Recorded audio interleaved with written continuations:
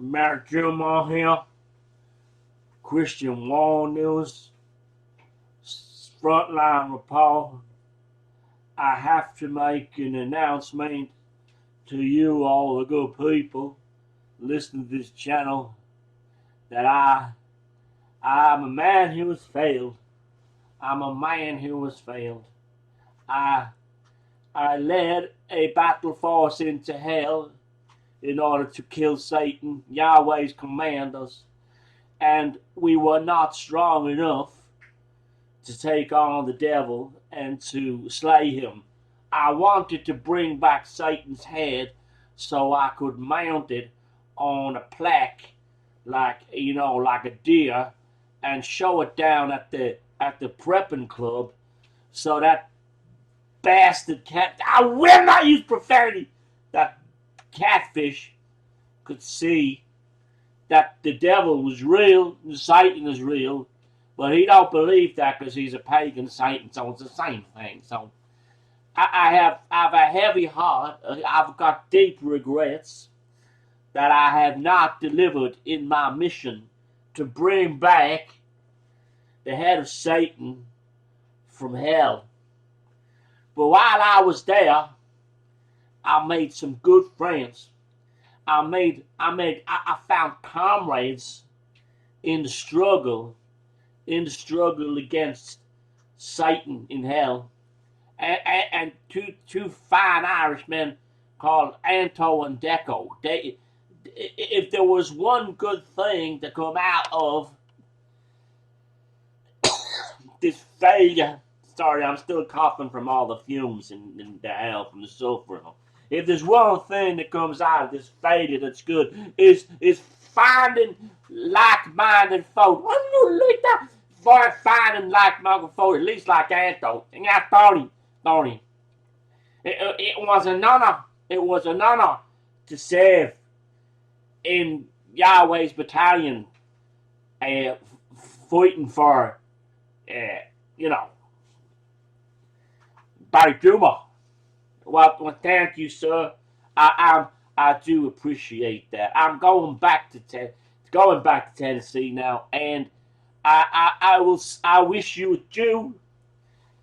Who you call a fucking Jew? No, it's French. Okay. It's for goodbye. So I will see you, my comrades. I'm not going to wait. Well, at least Anton. One day in the future, when we will return, when Yahweh's commandos will live to fight again and take on the forces of Satan, and this time be victorious, and I will smite not only Satan and his legions, but also that catfish who the smirk will be wiped off his pagan Satan face. Goodbye, my friends, until we meet again in battle against the evil of this world. Yeah, see ya. Yeah, fuck off. Why are you? I have to ask this question. That man, Barry Drumore, he is what you should be. What? He is a patriot. He's a fucking redneck. No, he is a patriot for his country, and you don't fucking believe it. No. What did you learn when we were on the front line in hell with Yahweh's commandos? The Yahweh's commandos are mostly metheads. Metheads. Well, yeah, I'll give you that reading. Anyway, so it's good to be back.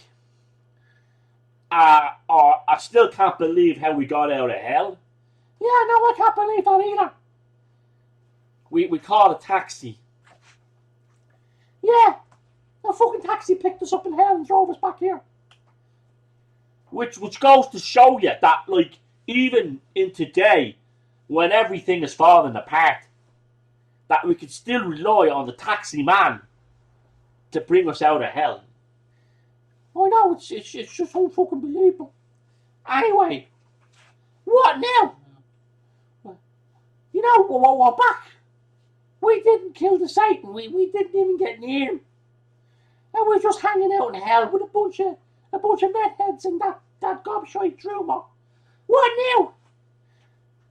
My friend, we are reborn. We have come back, and what we did not achieve on the field of battle, we shall achieve in the domain of mental warfare. What?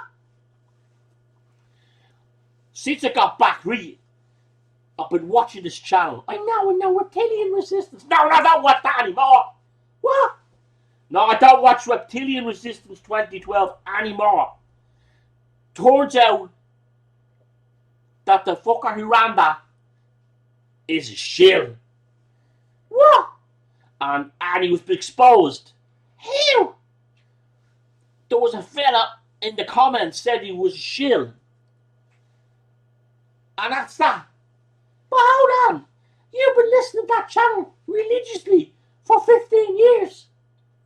Believing every fucking bullshit thing they said. And now you're torn against it because one fella in the comments. Who is he? Well, I don't know. So you don't even know who he is. But you take your word that the fella running Reptilian Resistance is a shill. Well, yeah. He has to be. So what have you been watching? No. I've been watching nothing. I've been just trying to get my life together. And that involves, a big part of that is getting you out of my fucking life. Ah, but you're destined to be with me forever, my friend. Oh, Jesus. You're... Anyway, I was watching this video, not on the shill Reptilian Resistance channel, but Tatarian Tesla Technology. What? What that? Okay. What is the root of our suffering? Don't know. Life? Well, yeah, but that. I don't know what is the root. Look, I'm just going to fucking listen to you. Because I know what kind of shit's going to come out of your mouth. The planet Saturn is the root of all our suffering. The planet out in space with the ring around it. You got it! How is that? How is that the cause of all human suffering? Because, and it says this on Tatarian Tesla Technology channel, read. That on top of Saturn is the Jew cube. The what? The Jew cube. What that?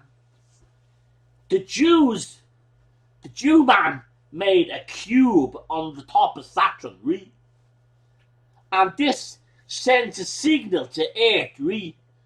And it's picked up by Tatarian technology. But how did they get to the planet to build the cube? I don't know, but they did. Alright.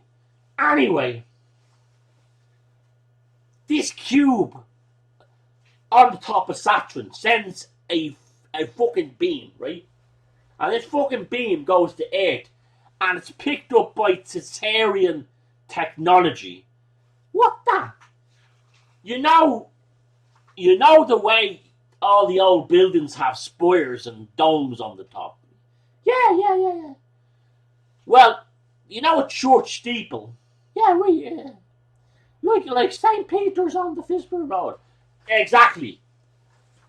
That's actually a rocket ship. What? That's a rocket ship. Made of stone? Yeah, using Tatarian technology. Really. One day, when we fucking take the planet over, all the controllers will have to leave and go back to their reptilian planet. And the spaceships are going to be these church spires. They're going to fly up in them. But where does the power come from? They pull electrifications out of the ether. The ether is It's something, you know. And it pulls the electricity out, and that's how it gets its power. And so the Jew cube sends the power to the earth, right? And it's been picked up by the Leaning Tower of Pisa. What? The Leaning Tower of Pisa leans because the angle is exactly that needed to get a message from the Jew cube. The Jew cube on the top of Saturn.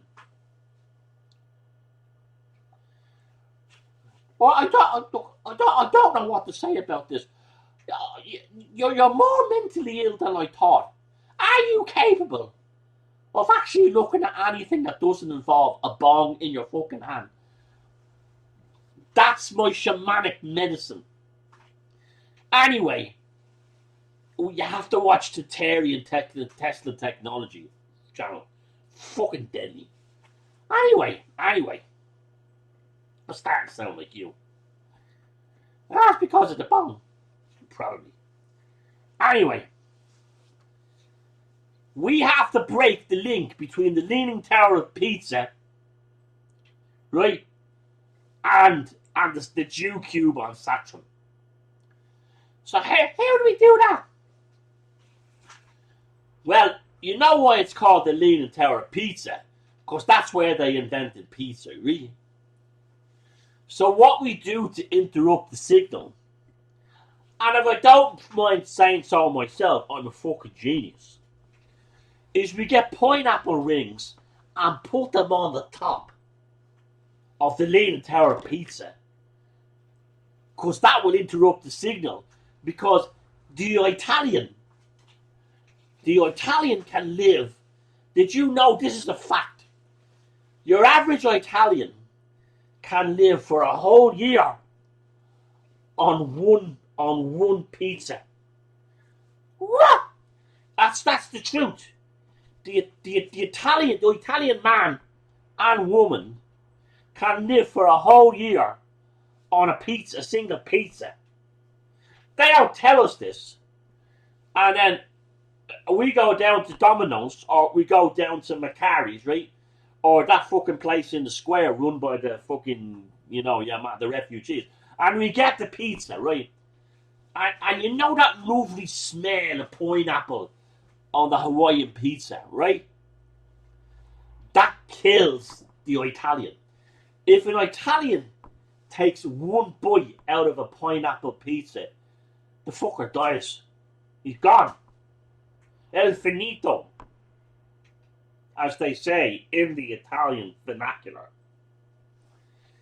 Just imagine a couple in Rome or somewhere in Italia land, right? They get a pizza delivered and it has fucking pineapples on the top, right? Doesn't matter if they're tinned pineapples, but they're most fucking deadly. And he goes, Babetta, let us have the pizza now. And you take this. Right, and he called up for 2 pizzas, right? And he goes, due pizza carbonara per favore. That means in Italian, I want 2 pizzas, you bastard. And the pizzas come, right? This is the pizzas come, right? And the fucker delivers them with 1 fucking pineapple ring on 1 pizza. Both of them die. Both of them fucking die. That shows the danger of the pineapple ring on the pizza, right? And that's how we interrupt the signal from the Jew cube. By putting pineapple rings on top of the Leaning Tower of Pisa. So we have got to go find where pizza is. It's down in the Domino. No! The Leaning Tower of Pisa. Well, it said it was in Italy. Yeah, but where fucking really is, right? And we go there with a tin of pineapple rings, right? But we have to be fucking careful because if it's like a fucking bomb disposal, right? We get to the top of the tower. We have the can of fucking pineapple rings, right? And we open it, right? We have to do it at the exact fucking moment the Jew cube is sending the message. And we have to, if one fucking drop of pineapple juice falls down below the top of the pizza, everyone in Italy will be dead.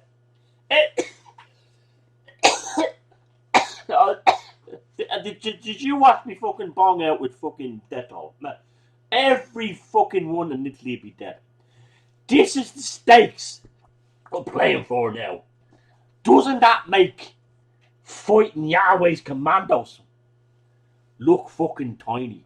We might destroy all the Italians if we get this wrong.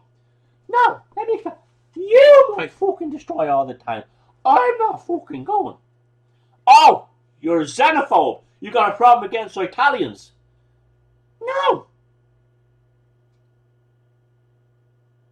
Then why aren't you coming? Because it's bollocks. Everything you're saying is a load of fucking shite. You see, this is what 6 months in hell did for you.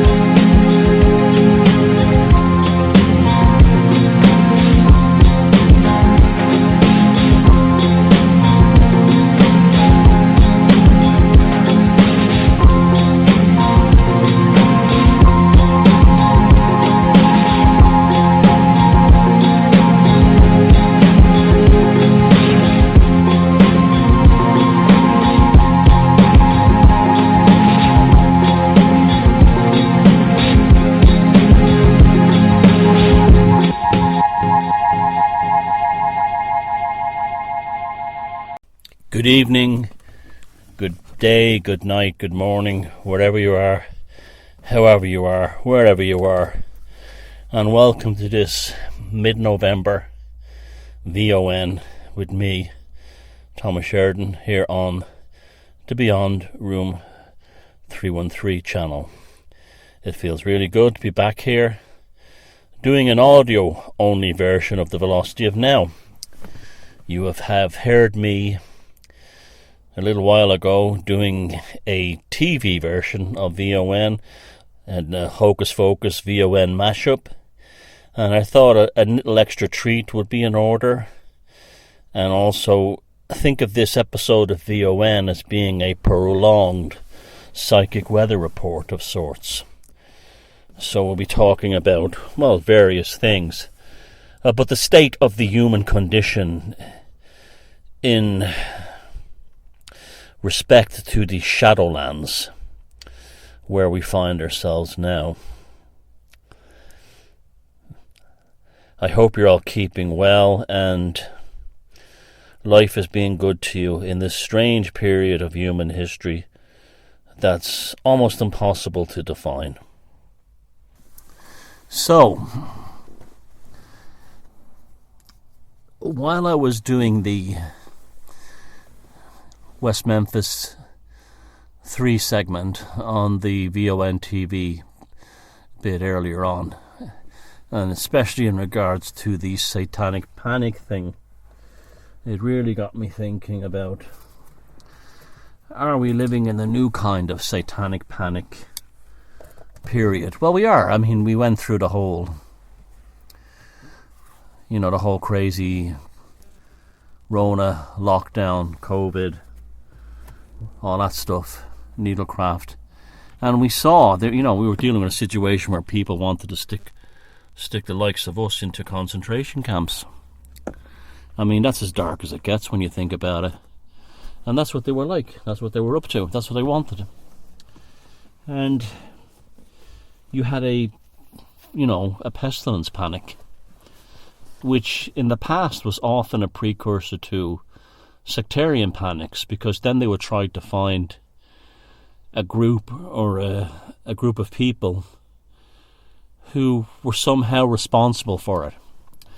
That they were the bad group, the bad guys, and they were the ones responsible for the pestilence that led to life falling apart. And human beings don't really change. I mean, it's not about the average, what you'd call the average normie or sheeple. They don't change.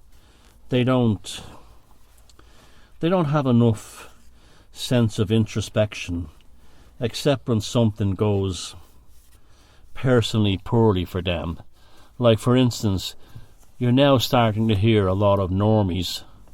You'll never hear from NPCs, but a lot of normies now saying things like questioning government policies regarding open borders and the needlecraft and all that stuff. And what makes them do it is they might have a relative or even themselves that have been needed to go to the hospital, that have had to have an operation, had to have a surgery, and they see the bottlenecks in the system caused by the knock-on effect of a government policy. You see, because things are very different at the top than they are at the bottom. And you always had a thing in the past where you had aristocrats or the gentry would be making these grand plans for the peasants, and how the peasants should be living their lives according to this, or I have a new way of doing farming, and the peasants will do that, and it always fell apart. Well, that's exactly what's happening at the very top with the Anal Schwab and the rest of them, Windows Zero and all those people. They're at the very top creating plans that don't work in reality at the bottom in the actual application practical terms. And we see this a lot in infrastructure projects, where the old adage of the architect designs the grand vision and then the engineers and the builders have to actually repair it to make it work within his or her grand vision. The shadows, this is like the opening scene from the Lord of the Rings, where Galadriel does that thing, that fantastic monologue about the evil shadow taking over the world. I can feel it in the water. Those of us who are tribal minded can feel it, and it's don't kid yourself. Don't kid yourself for 1 second that this is not a spiritual battle. It's nothing else. It's absolutely nothing else. And those of us who are capable of understanding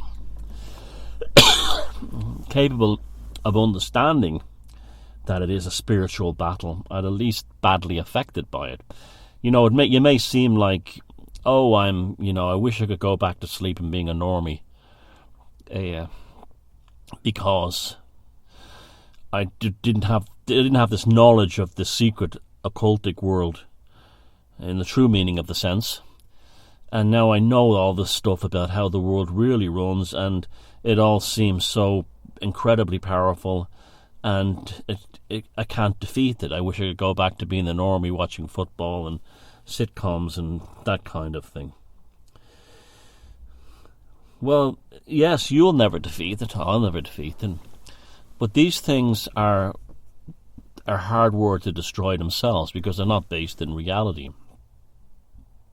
They're against natural law.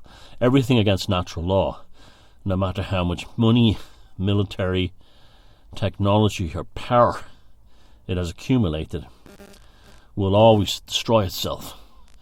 Because once you go in violation of natural law, it's only a matter of time before the pendulum that you artificially pushed over to one side and it falls back.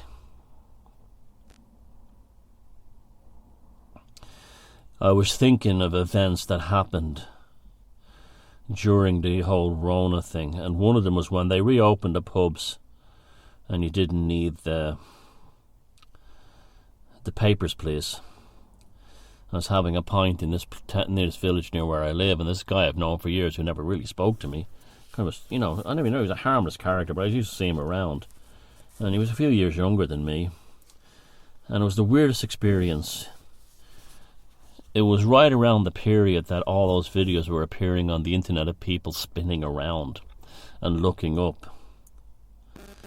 And he comes up to me in the pub and he says, they've reopened the board pub at the back of your place.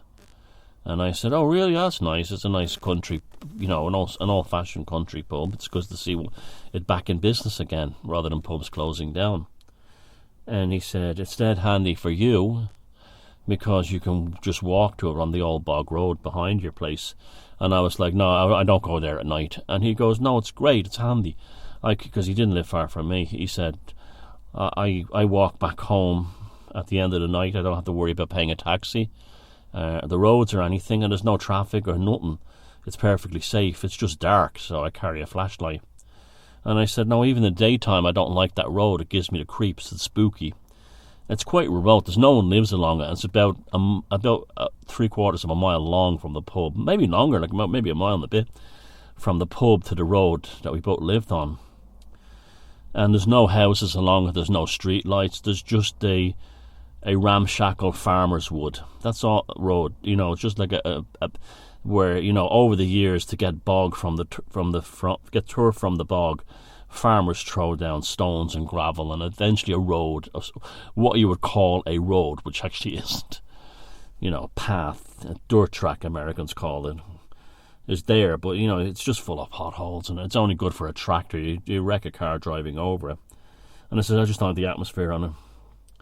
Literally 2 days later, and I know this guy would have been the type to get the needlecraft, or I think they picked up needlecraft on the algorithms now, so I'll call it prickly pear.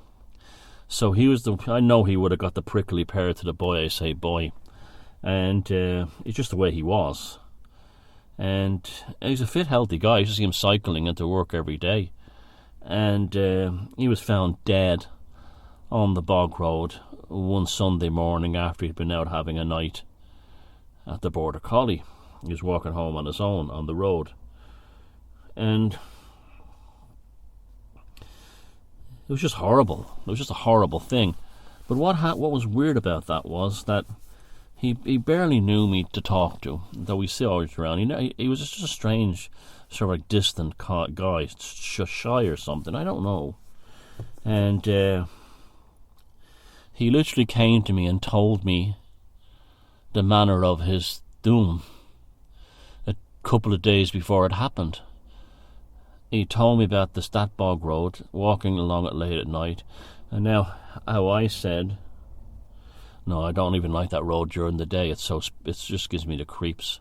I don't like it. It's just so isolated and remote. And there he was walking at 1 a.m. on it in the middle of the night, and I think it was like spring, or maybe it was late, maybe it was in the winter, but he was found dead on the ground, and that was all we heard. He was just found dead. And we can make a guess as to what that was. And like I said, it was around the time all those spinning around and looking sideways videos all appeared. And I kept having this vision of him on the road with the clouds in this night sky in near pitch darkness. And because he had the 3 prickly pears to the foghorn leghorn, and probably beyond, he'd be the type to do it. He worked for the council. I saw this, I had a vision of this creature coming out of the clouds towards him with 3 fingers, 3 digits like talons, like an eagle, with 3 enormous claws on it, and just plucking him and spinning him around. The claws representing the prickly pear. And it was just it was just, going back to the days of the Ronicles.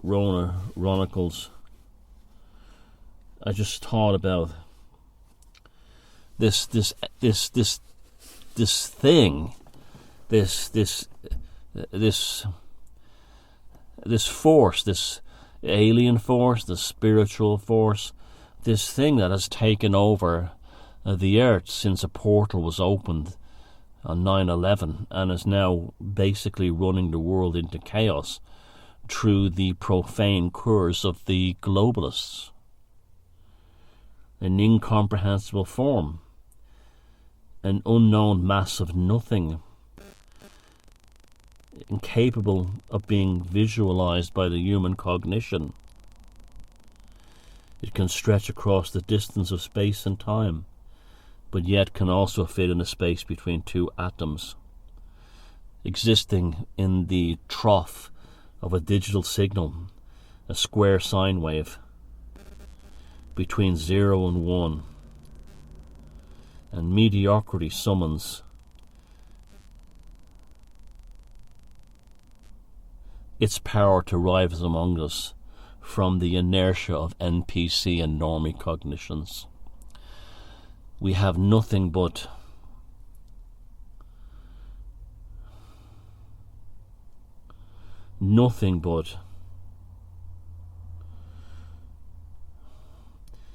mediocrity and incompetence and NPCs running the world, and the least form of psychic integration and security, of psychic strength,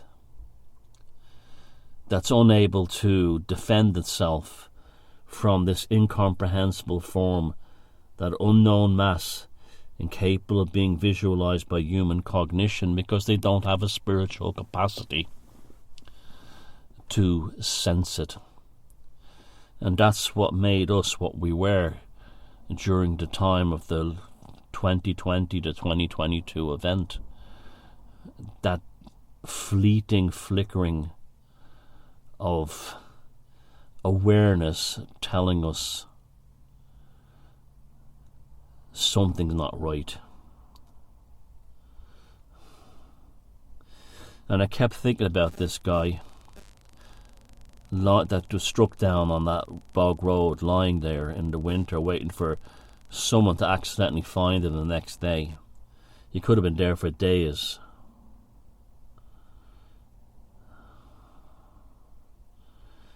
And I wrote this little verse at the time in my journal, and it said, "Witch-worn byways lies in the hedgerow of highways, punctuated by ribbons of dry stone wall, waiting to fall or be pushed."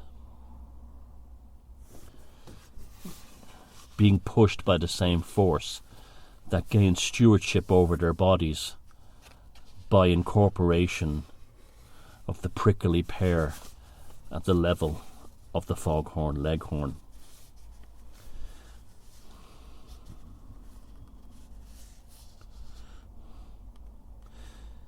Brought about by the three transubstantiations. And I was thinking at the time of this, like I said, this claw coming down from the clouds and grabbing the guy, spinning him around, and what he couldn't sense, or what these people can't sense during what we sensed during the 2020 to 22 lockdown. They look up in horror and suddenly behold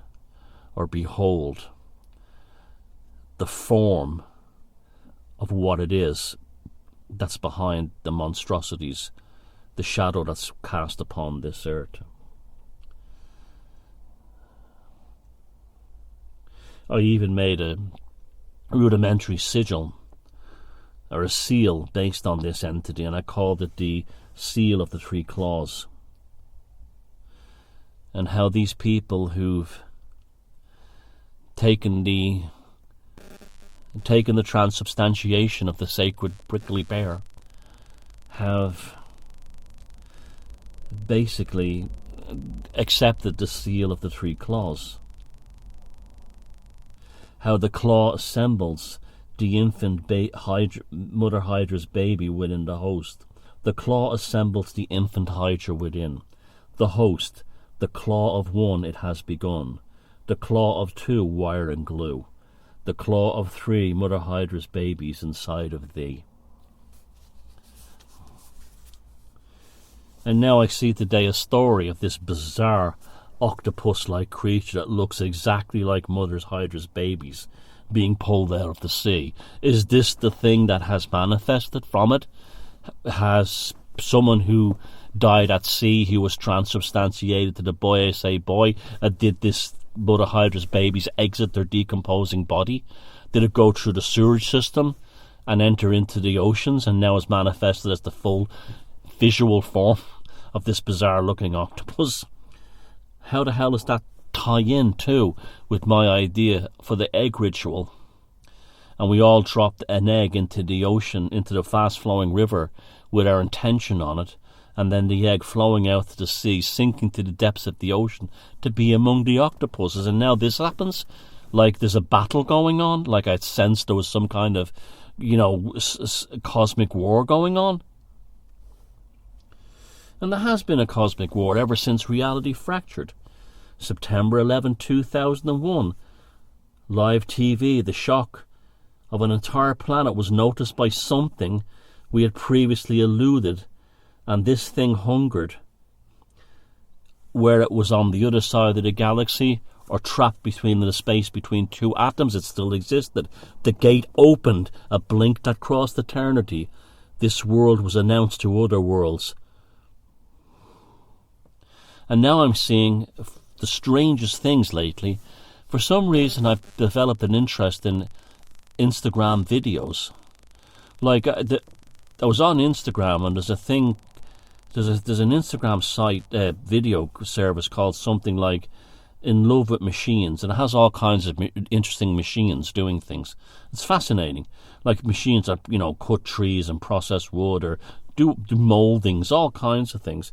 But when you go and you flick to the next video, Instagram, in an almost kind of it's almost like a supernatural way, starts giving you strange videos that you don't really ask for. And one of them is all these videos of the events on September 11 that we've never seen until now. Yes, I know that there's videos out there that, the likes of YouTube wouldn't show them for sensitive reasons, and it may have even been a national security concern. But who is suddenly releasing all these new videos? This new one that I saw, the most latest one, was a camera that was literally at the bottom of the South Tower, literally at the lobby, and on the ground was all the aircraft seats. No bodies. There's no bodies anywhere. The aircraft seats, and you can hear in the background the thuds of people hitting the ground after. It's horrific. But it's a poor VHS copy of a camcorder recording right at the bottom of one of the towers, I guess before the other one fell or something. And the guy's practically walking into the lobby with the camera. He's like right in the forecourt on the outside of the South Tower. And it's like, that's not the first new video that's come along. It's like, the wave function thing, right? This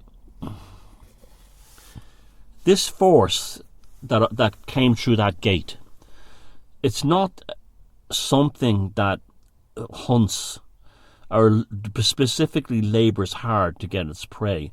You ever see these things like on coral, these animals that live on the rocks at the bottom of the ocean, and all they do to feed is they stick their tongue out, these like kind of feathery tongues out of the coral, and they wait for plankton and other things to swim into it. And then that's how they feed. Sort of like a Venus flytrap. A Venus flytrap doesn't go looking for flies. It waits till the flies comes to it. And this interdimensional sloth, this predator does not labour. It doesn't hunt for its prey. It lies near motionless, except its open mouth, waiting for its quarry to enter. And boy, did they enter in the last, as soon as the transubstantiation was available. And that's not getting any better. That's actually getting even more catastrophic. think of a trans-dimensional cosmic basking shark, or some invertebrate stuck to a rock, just extending its tubes, opening its mouth, and waiting for the current to change. And that's how those things feed at the bottom. Those sort of invertebrates that live inside the coral and stick their mandibles or whatever out to proboscis, out to feed. They wait for the current flow to change, and then they feed. Just like when 9/11 happened, this thing just stuck its tongue out and waited to feed until it gorged 2020.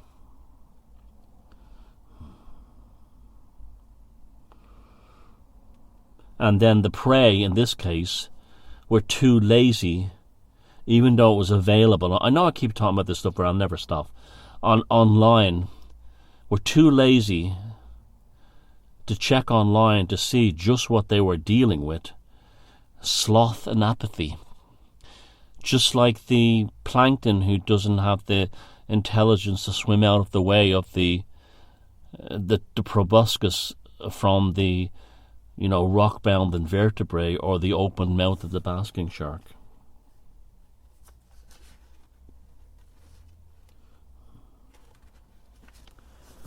And yet, they had their vanguards, the woke. The woke are the foot soldiers. And the more Cenobithic they look, the more like the Cenobites they look, the more they are the stormtroopers of this cosmic interdimensional entity on this earth. You have a xenophobia of the Cenobites, as in a woke person is an NPC with the added element of internalized misery, and that's why all the torture. Think of the woke Cenobite, like Pinhead. His pins are on the outside, but the woke Cenobite, his pins or her pins are on the inside, sticking into them. So, Pinhead is a situation where if you tried to push him or grab his head, the pins protect him. It's a defense mechanism as part of this psychosexual S&M thing. But the woke Cenobites, the pins are on the inside.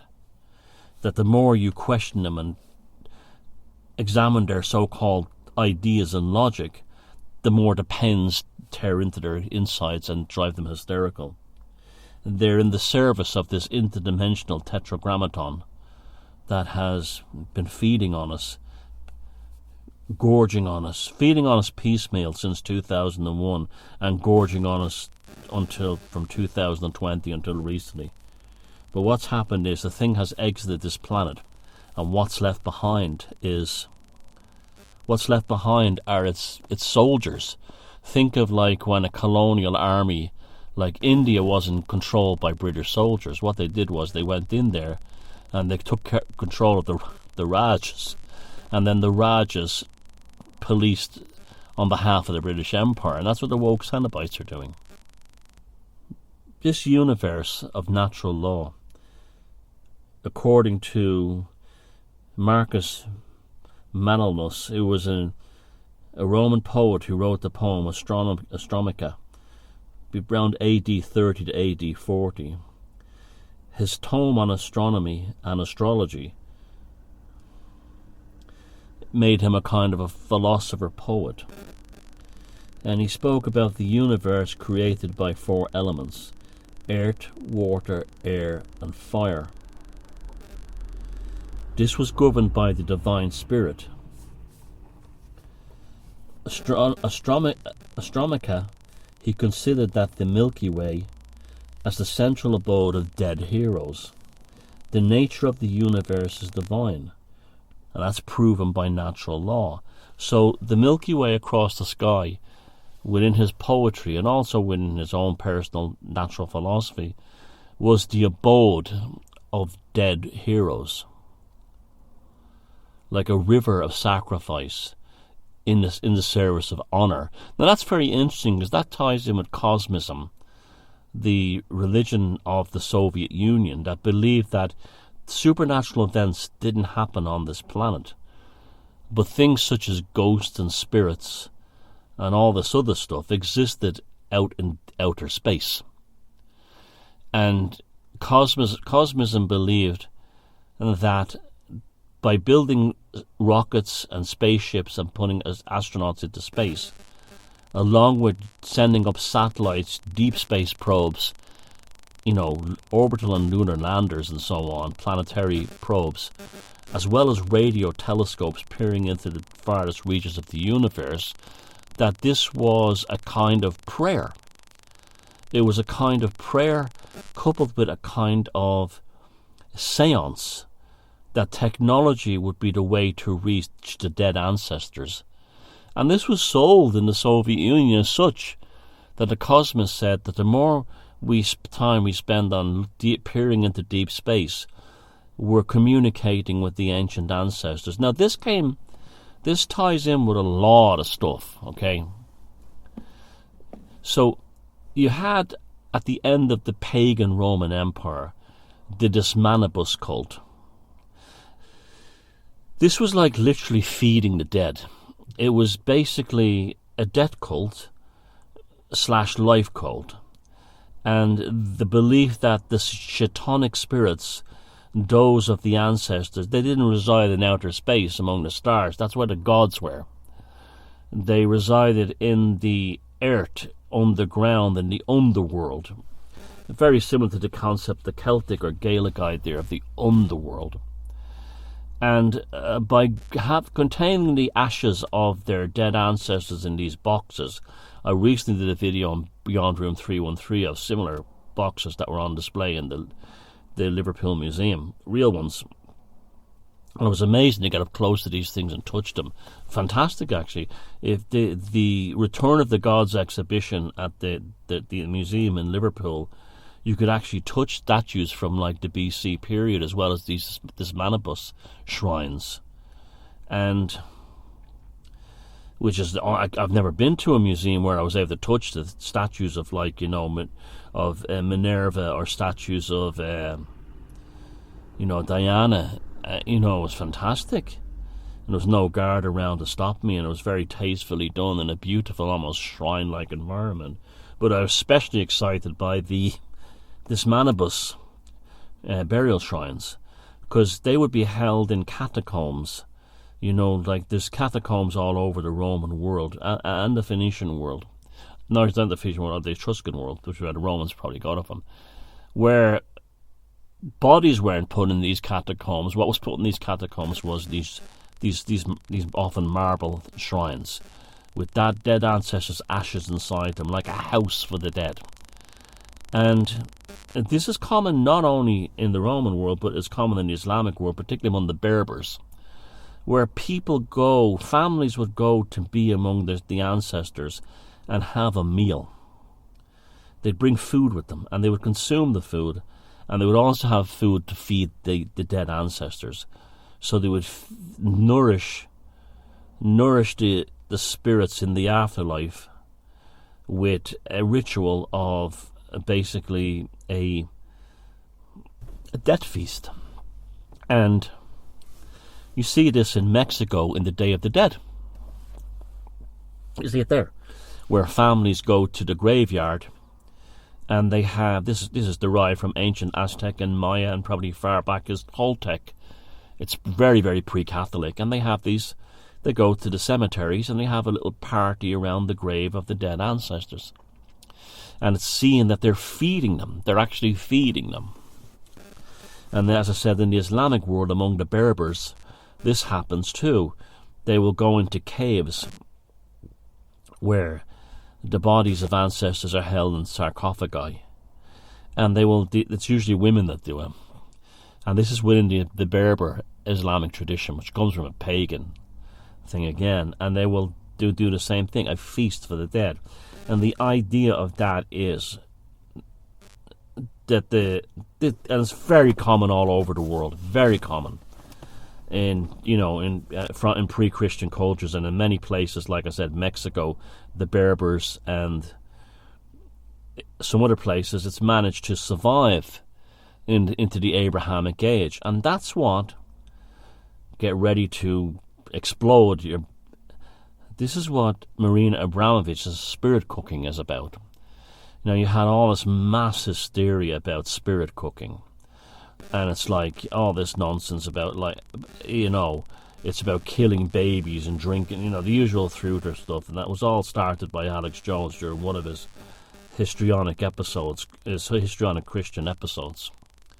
All spirit cooking was Marina Abramovich taking this concept of nourishing the dead and bringing it into the modern world. So it would continue. Remember, she comes from a country that's dead. She comes from a country that no longer exists. So she brought this idea of communicating with the dead. So this feeding and nourishing them. So in 1996, she created this installation called Spirit Cooking, where it was a cookbook to nourish the dead. That's all spirit cooking is. And the purpose of it was to do just that. She may have actually been trying to reach her dead parents, particularly her dead mother, who had treated her appallingly as a child. And the recipes were written on walls that became a book you could buy, and they were things like to do with they were basically sex magic. Now, sex magic is not, you know, I'm any truthers who are listening to this are probably just like steam is flying out their ears, and that's a good thing, because you're being made to challenge your opinions, and it's growing you as a person. But sex magic is two people, instead of creating a physical child, or even one person, creating a magical child that exists in the supernatural world. And it's almost like, with spirit cooking, Marina Abramovich was creating a magical child, almost like wanting to interrogate her mother to say, why did you do this to me? Now, she has thrown parties with celebrities where they have, you know, these weird kind of things, but they're, you know, but they're just regular dinners. There's nothing weird about them, but there's in amongst these strange displays. And she's smart enough to know that these celebrities are all fakes and phonies, and they're desperate to prove that they want to be seen as cutting edge, the likes of Lady Gaga. And artists today survive through patrons just like they did in the past. Michelangelo, who you love, Leonardo da Vinci, Albrecht Dürer, William Shakespeare, William Turner, Rembrandt especially, Van Wyck, Rubens, and all the Belgian and Flemish and Dutch painters, all had patrons that, if you or the truthers were around back then, would be calling them the satanic pedophiles of the day. They would have been the Borgias, you know. So artists, in order to achieve fame, have within their own lifetime have had to have the patronage of these people at the top. They used them. You know, Michelangelo used the bishops, the Milanese bishops, and the papacy. You know, Rembrandt, Rubens, and Van Wyck, to a lesser degree, Vermeer, and all the Flemish and Dutch and Belgian painters used the aristocrats of the Dutch Empire, or the Spanish Succession Empire in the Netherlands, or Spanish Netherlands, to get their stuff done, to get it out there. It's just how it is. Who do you think bought all the paintings in the salons where the likes of, you know, Degas and, you know, Monet and Brazil and all these incredible French artists hung their works? Who do you think bought those paintings? The same people that would go to, that Marina Abramovich would organise parties for, and she's using them. And good luck to her. I'd do the same. If I was able to produce art that anyone had any interest in, I wouldn't have any problem doing those kinds of events. getting the money off these people, getting these people provide opportunity to get your art beyond yourself. You see, you can sit there creating art, and although it's therapeutic for you, it can't reach the rest of the world without the loudest voices promoting it for you.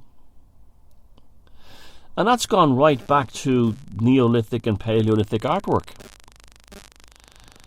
It was done in such a way that it was eventually going to be, or hopefully within its lifetime, seen by a mass audience. This is why Shakespeare was successful in his time. Who do you think commissioned and paid for Mozart's operas, like the Magic Flute? You know? Who paid for his Requiem Mass? The same people that would from the same socials. They're like the NPCs at the top. Use them. Doesn't mean you have to share the same values as them, but use them. That's their purpose. Their purpose is to be used for patronage. And so she's revived a Western kind of spiritual tradition. And we know she is an occultist. We know that for a fact. Now again, the truthers will be saying, "Oh, satanic pedophile," but they don't know what a cult is. And she is interested in esoteric stuff. That's been confirmed. But so what? And she's used this stuff to get the mess. And she's become the most famous performance artist in the world, probably ever. You know, this is a woman who her mother wouldn't let her date boys when she was in her 20s.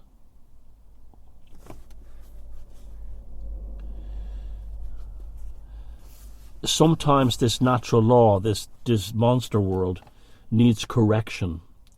It needs alteration, and people like her do that. You know, this is why we had people like Pythagoras in the past, you know, who took those four classical elements of Astronomica and tried to divide it into things like laws of four, the things like the monads, the triads, and the cosmos, the mystical Pythagorism. And where did they do this? Who paid for this? It was around the Temple of Apollo at Delphi. The Hyperon, the personification of the sun, sitting there with the power brokers and the great of good of ancient Athenian society. You know, mulling over complexity and reduction, simplicity. And they would have been around today utilizing the same things. They would be the Turners, the Shakespeares, the Rubens, the Pythagorases, the Socrates, and the Platos of the past. Marcus Aurelius, well, he was an emperor, but those types. Montaigne, there's a classic example. The French philosopher Montaigne wrote some of the most, in his essays and in his meditations, wrote some of the most wonderful philosophy ever.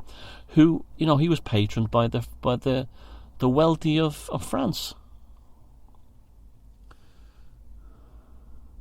And so it's very easy to say, oh, you know, they're all, you know, they all fraternize with the evil elitists. They're using them. They're using them to push their work to the point where ordinary idiots like me can see it and be nourished from it. And the purpose of that nourishment ultimately provides the psychic defense and tool systems to deal with this interdimensional cosmic predator that has been demanding sacrifice upon the surface of this planet.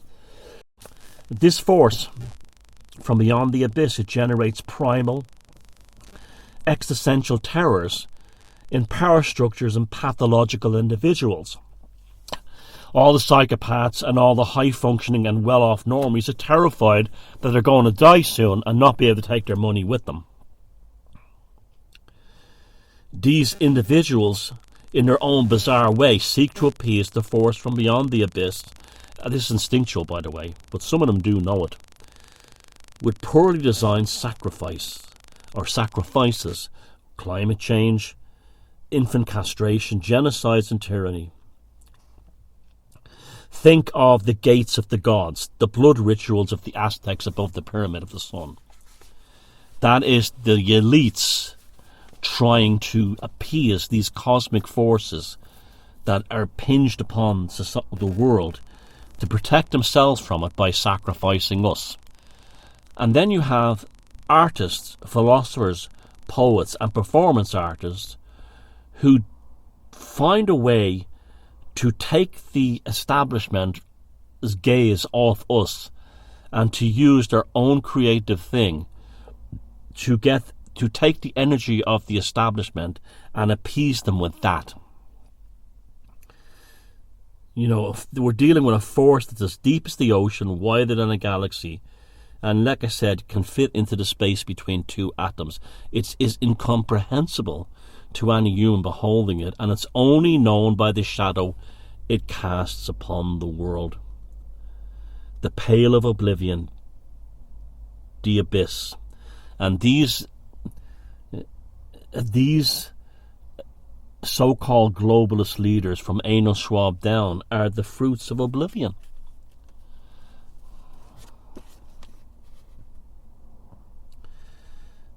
The shadow behind this abyss is occultic in nature. Now, occult gives us, the layperson, and we've known this from witchcraft on, the ability to fight against this force. Because this is why they want to live in us in a sterilized world, free from natural law. The ultimate goal of everybody, from the tech industry to these types of architects who define bland cities and bland, is to sterilize the world of aesthetic. When the world is sterilized from the aesthetic, then they can deal with the witches on the streets who cause them problems, with the occultists on the streets, with the astrologers, which the alternative researchers. A sterilized world means a world where there's nothing left to draw inspiration from, to venerate the natural world. So they create bland suburbs, bland city centres. The only people that can live in them, in large cities today, considering how they look, are NPCs. On the other hand, complexity, diversity, true diversity, not what they call diversity, that creates confusion. And this confusion creates fear for the establishment, and from this, in order to deal with that, they create oppression. So therefore, those, the NPCs without internal monologues, have become the stormtroopers, the savants of this thing.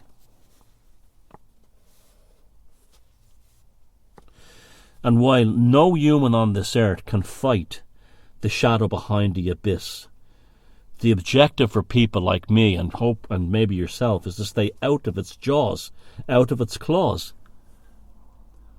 Disengage with its NPC homunculi is key to avoiding it, and that's the mainstream media and involving yourself in political issues on the other side of the world that you can do nothing about. They do not want you, these servants of this force, working on yourself.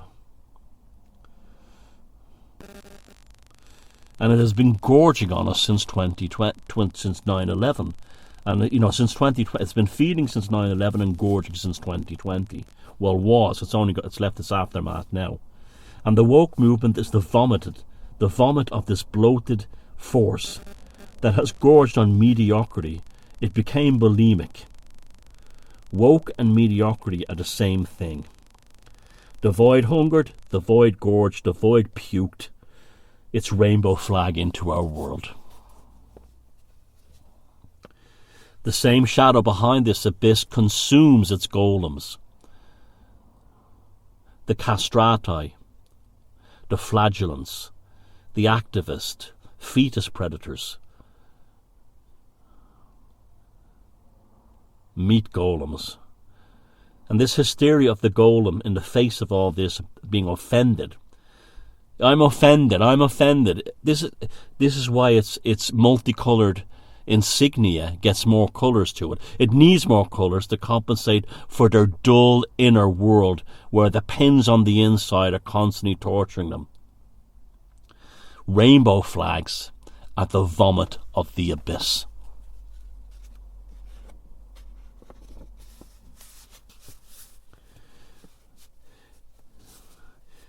leading to, particularly in the West, the imperial conquest of a culture is achieved by phasing out the existing culture of the native and replacing it with a culture of the empire. An internal alien conquest. Ergo, what is a woman? Preferred pronouns. The population goes from being gaslighted to self-gaslighting themselves. At the moment here in Ireland, companies now have to produce an end-of-year carbon statement in the same way they produce, and they're legally obliged to do it, in the same way they're legally obliged to do financial returns and tax returns. They're now in Ireland legally obliged to produce a carbon report. This is where we are now. All the planets in the sky, all the vacs start to die. Few notice, even less cry, when the planets are in the sky. An invasion. Think of the actual prickly pear device, the actual delivery system as a rocket coming down.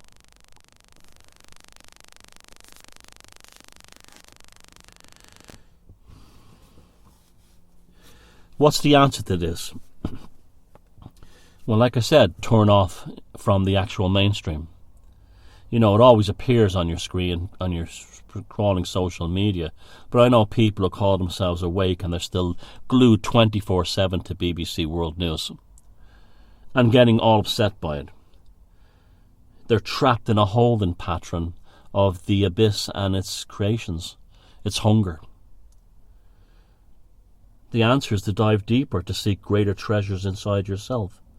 More understanding, greater vistas, and appreciate the many sunrises ahead for what they are.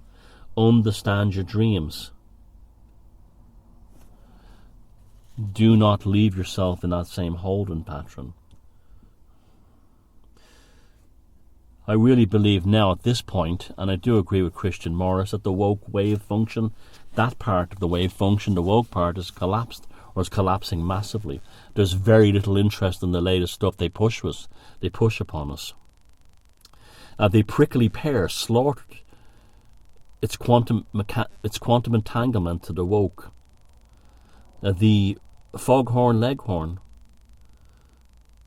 removed the woke. Simple as that. The normies became the malleable catalyst. At this point, it is almost as if some cosmic force is starting to arrive to protect us. I really do feel that. It's like help has arrived. Help is here. Help has come. It's given people, well, it was always there in the background. It was what was behind the Rowan Ironicals when I did it. But we've all felt it. That intuition of saying, no way, this is the hill I will die on. They're not going to put the prickly pear inside of me. It's not going to happen. It's not going to happen. And look how the world has changed for people like us. Do you remember that movie Burnt Offerings? Sarah and I reviewed it not too long ago with Oliver Reed in it. And it had this kind of creepy chauffeur with a weird hat and sunglasses, like almost like a demonic Men in Black kind of thing, like a hat man. That thing, that demonic chauffeur, is how I see most hospital staff now. Because of all the dancing and all that kind of carry on. That's how I see them now. I look at someone in a hospital and I don't see a healer. I see someone who served their purpose in terms of what they can bring to the functioning of natural law. You know, think of, it's, you know, this force is not infinite. Think of, you know, do you remember the old hourglasses where you would have sand or salt and it would drip down from the top part to the bottom, and that way you could tell an hour had passed, then you would turn it over. Well, that's sand. They fell out to the bottom in that sand. And we're, you know, if you're detached from this, you're not inside that hourglass waiting to fall through the center part into the abyss below, but you're actually observing the actual thing from outside rather than being in it, being destroyed by it. And when the hour is over, we turn it over and we begin again.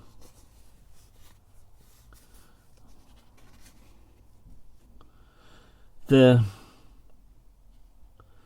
whole notion of the occult is like something similar. I was thinking the other day of a colander, for draining water out of vegetables or pasta. Each hole opened up by the individual seeking to fight it by means of exorcism or prayer or calling upon their God. It just streams through. Each hole, and the gravity is like 1,000 incantations. They're not going to be able to stop it.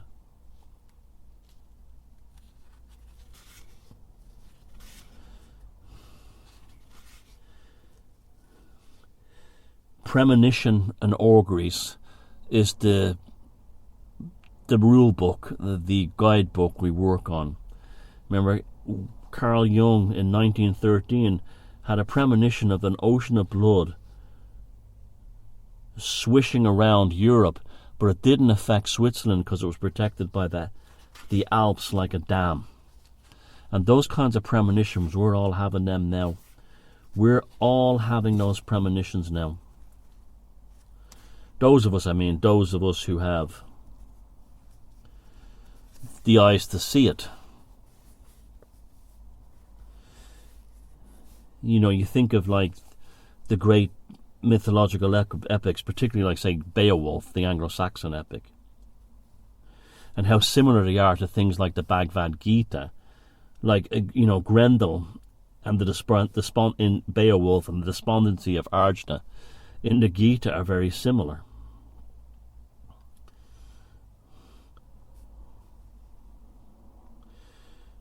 The concept of the battle rage, the need to go underneath into the abyss, into the dark side, into the caves, into the shadowlands in order to find it and learn and get the weapons to defeat it. When you return, you've opened the door to godhood. And it's important when you've dealt with something, rather than getting stuck in the concept of doom and reliving it over in a rumination form, don't dig up that which cannot be reburied. Leave it in the ground. Leave it shatonic.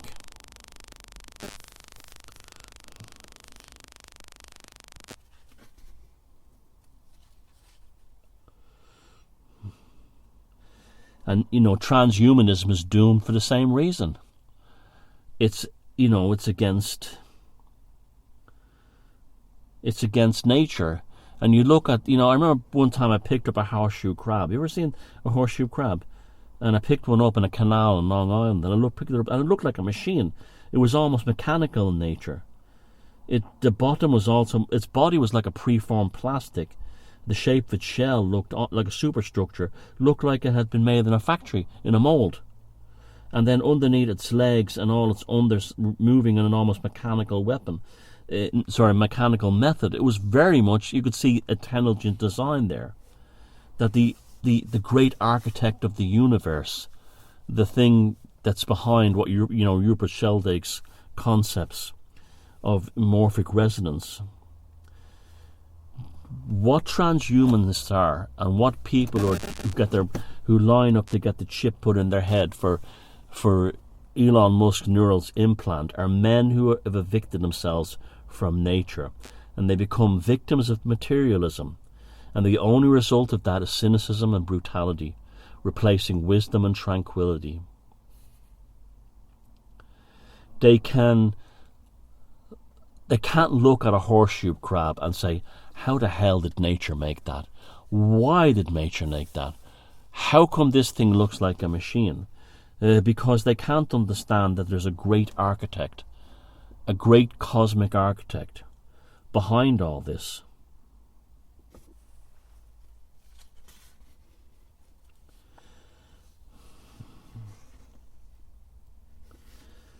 And our job is to nurture this great architect whose stewards are our ancestors who fought against these forces in the past, and in many ways we're facing the greatest battle of them all.